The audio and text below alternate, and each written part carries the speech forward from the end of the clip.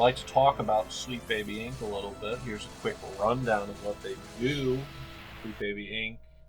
is basically a DEI gaming consultant exposed for harassment and coercion into inserting woke politics, woke policies into video games. An example of this is seen where the CEO of Sweet Baby Inc. was talking about their coercion tactics to developers who were not compliant to their demands. They said they would go on Twitter and start basically a viral outburst against the company for not putting enough, in this case, black people into their game, because the CEO is dead set on putting as many black people into games as possible. Currently, this issue is mostly being ignored by the media at large and gaming journals, who seem to be at least playing defense for Sweet Baby Inc. And a lot of these other companies that are doing similar work. Right now, a group on Steam, and this is how pretty much this controversy blew up, at least how I heard about it.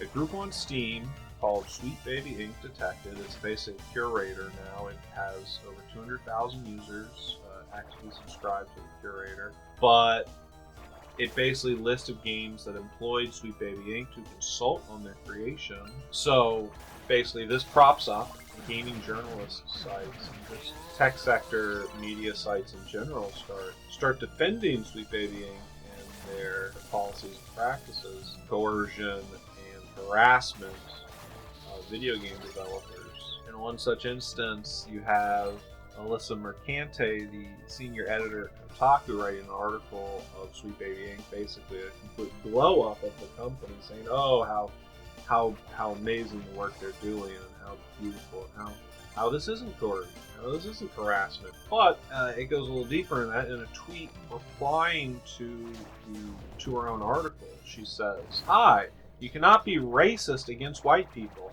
Thanks for tuning in." So what she's trying to say is that because it's being racist to white people, it doesn't matter. But I don't think, if you understand what racism is, racism isn't limited to marginalized or minority races / ethnic groups. It's simply the unfair treatment of people who belong to a different race, which can in fact include white people. Now, another thing is that crop up of news articles about what Sweet Baby Inc. is doing, what Sweet Baby Inc. has done, and basically the whole thing around Sweet Baby Inc. But first, I'd like to tie this into another thing, which I do think that these two events are somewhat connected, but I want to talk about Gamergate a little bit, where if you want to get into the history of Gamergate, basically the media presented one side of the story, which was, I'm not going to say completely fabricated, but it was a Moat and Bailey style fallacy, where they were basically highlighting a very small percentage of people sent death threats to Zoe Quinn and Anita Sarkeesian, whereas that wasn't the actual story. But yeah, Gamergate was basically one of those, a Californian soy boy basically dumped his GF at the time, Zoe Quinn, and doing so exposed her on his blog for sleeping with 5 men, 2 of which were journalists. These journalists were giving Zoe Quinn coverage of her then, I don't want to even call it a game, I've played it, it's called Depression Quest. It's quite literally just a website that you click hyperlinks and whatnot. I wouldn't call it a video game. Visual novels might be a way to describe it, if that even. It doesn't really even have a story. But basically, yeah, there's 2 journalists, and then these journalists were not mentioning the fact that they were sleeping with the creator of Depression Quest. So it's standard. She's trading sex favors for positive coverage on her video game, and people were pretty upset at this, because sleeping with journalists for favorable reviews is abhorrent.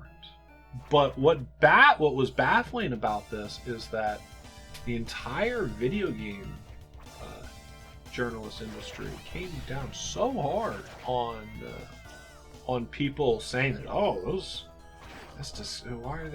they should at least divulge information that she was one of their lovers or whatever. You know, it's like, if you have that as a reviewer or as a person giving coverage to something, you have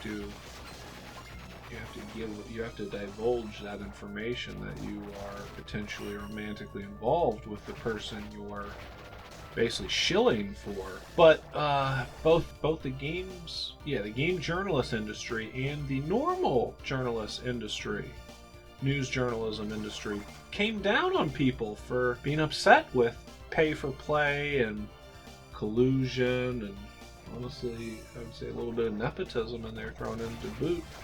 And basically, the only thing that was getting reported by the mainstream media was that it was an act of terrorism, and it was a sexist brigade of men who were attacking these women. So the story basically became almost entirely about attacking men who were sexist towards these women. But in reality, it was just journalists covering for other journalists at this point. And basically what happened onward was that people were like, wow, we were not expecting this kind of reaction. This blew up really, really hard. And what followed was the discovery of a paper trail linking journalists to mainstream journalists, where they had an online community that shared information, received orders so as to more effectively influence opinion. This was uncovered by Milo, I forget his last name, Yanupovych, or whatever. But he found a Games Journos Pro list, and that basically had people from all over the tech sector of the media view.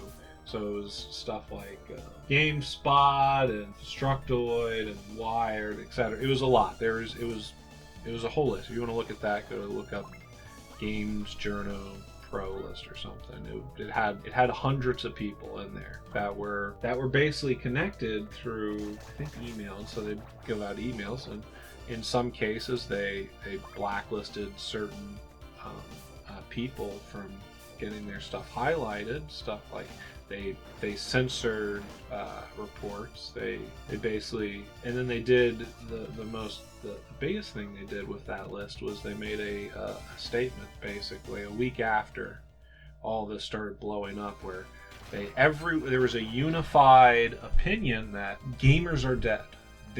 I think there was a week-long thing where every publication was saying gamers are dead.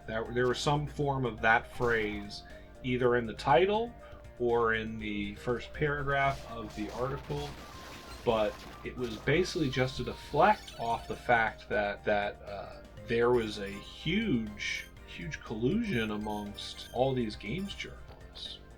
And then the paper trail went even further to stuff like DGRA, the U.S. government, the Bill and Melinda Gates Foundation, in various outwardly socialist think tanks. And you're like, oh, why was stuff like this getting funded by outwardly socialist think tanks?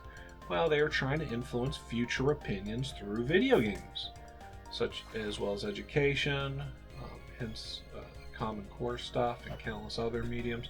It went pretty much all the way atop a lot of these organizations, and so it got an insane reaction that no one really could initially understand. Like, think of this, like, Anita Sarkeesian got to go to the UN to talk about her video series she did, where she complained about Princess Peach being a bad role model for girls because she baked cakes. She spent a full feature-length video dissecting and extrapolating why it was bad for Princess Peach, the fictional character in the Mario series, to not be able to bake cakes. And then she also when on stuff like Stephen Colbert, like how does someone who was getting, prior to Gamergate blowing up, getting maybe I think it was a 5,000 viewed video I think it had 5,000 views for like a few months prior to the Gamergate stuff propping up. So it is in my belief that Gamergate was the event that sparked the true birth of the alt-right.